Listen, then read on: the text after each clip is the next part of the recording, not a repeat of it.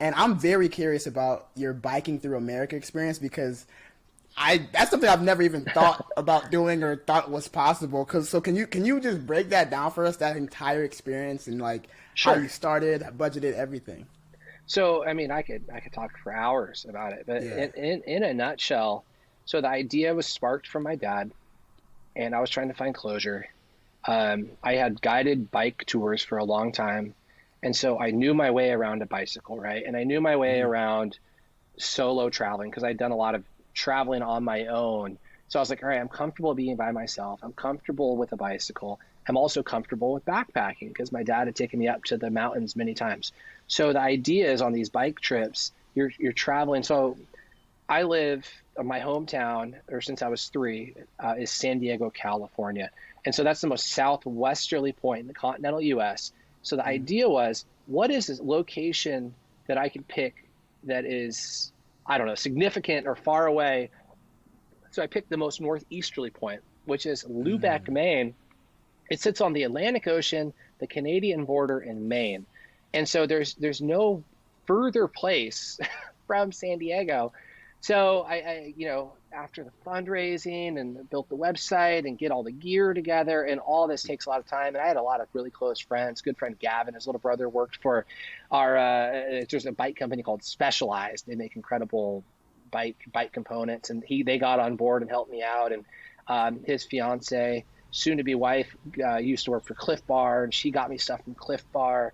And our local bike shop, Holland's Bike Shop in San Diego, is an incredible shop in Coronado, and they got on board and helped me out. My buddy Joe there was just all about helping me out. So it's like everybody, this huge community was behind me. So I was technically out there on the road alone, but I really wasn't. And I was posting daily on my Instagram story. That was kind of like my blog because you're so exhausted. So some days you're biking. So the numbers, okay, if you want to talk about the numbers on this bike ride. So from the Yeah. most northeasterly corner, from Lubec, Maine to San Diego, California, it's 4,750 miles.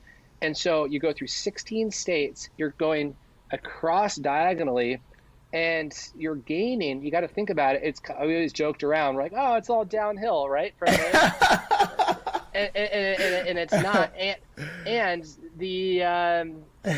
I biked into a headwind. So the prevailing winds across the United States typically go Oh. from west to east, Ah. right? So it's like the jet stream. When you're flying, going one direction, you're going to go a little faster.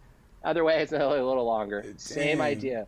So yeah, I'm And that's biking in. majority of this ride is majority was going into the wind. Yeah, and I would meet people. I was biking. There's this awesome guy. I don't know. I can't remember his name at the top of my head, but he was biking along me. It was called the Hog's Back. It was out there in Escalante, Utah. Really beautiful high desert. And he's like, you're biking into the headwind. Like you picked the wrong way across the United States. And I was like, oh yeah. I'm like, I love a headwind, sarcastically. But at a certain point, you're like, it is what it is. And for me, biking home to San Diego was the carrot on the end of the stick because it was incredible when I finally did reach home. And my good friend Jesse's like, you blew it. You only went 4,750 miles. You got to go at least 5,000 miles. Like our friends. Yeah. There's a lot of banter with our friends, and so but they all met up. I had some friends from Australia that were in town, and everybody Yeah. met up there at the border. This is called the International Friendship Park, and it sits right there on the Pacific Ocean in San Diego County and the border with Mexico right there. That's International French. crazy. It was really neat, and so probably a third of it I was camping in the desert. I would stay in hotels because you're Hmm. reaching upwards of 116 degrees biking, and you're starting at 2 in the morning and ending at 10 in the morning. You're trying to get anywhere from 80 to 100 miles a day. It depends on where you're stopping. Yeah. There's an incredible nonprofit called Warm Showers. It's kind of a different name, but I think it's been around since the late 70s, and it's just for bikers. And you sign up. It's kind of like couch surfing, and I could be Yeah. like, "Hey, I'm riding through." It could just be a weekend trip. I'm a host on it, so if somebody contacted me, they'd like, let's say you're on it, you're biking through, you're coming to San Diego. I'd be like, "Hey, here's the get up," and the idea is you can camp in the backyard. Maybe I have an extra bed, but Oh, at the very wow. least, you got a hot shower because after a long day on the bike, you stink. You need to Yeah. shower, you know.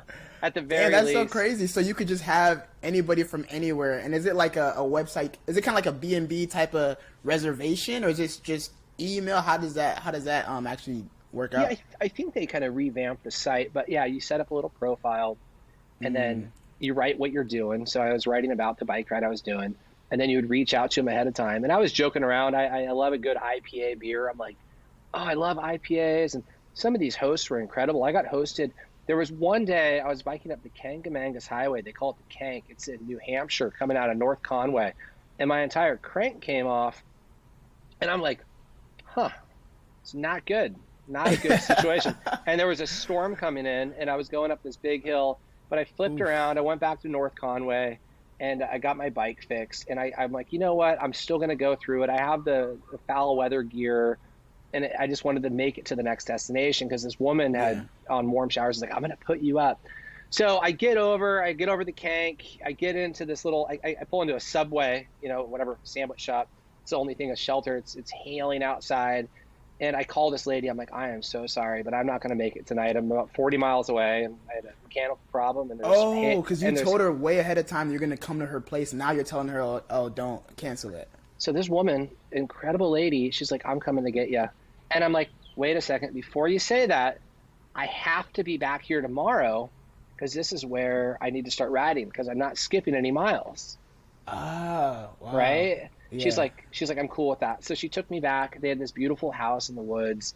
They made their own maple syrup. She made me an incredible big dinner. She had IPAs there because I wrote out like IPAs. What? Yeah, her husband made pancakes in the morning with blueberries. It was just like these just beautiful experiences of the most Yeah. friendly people that don't want anything in return.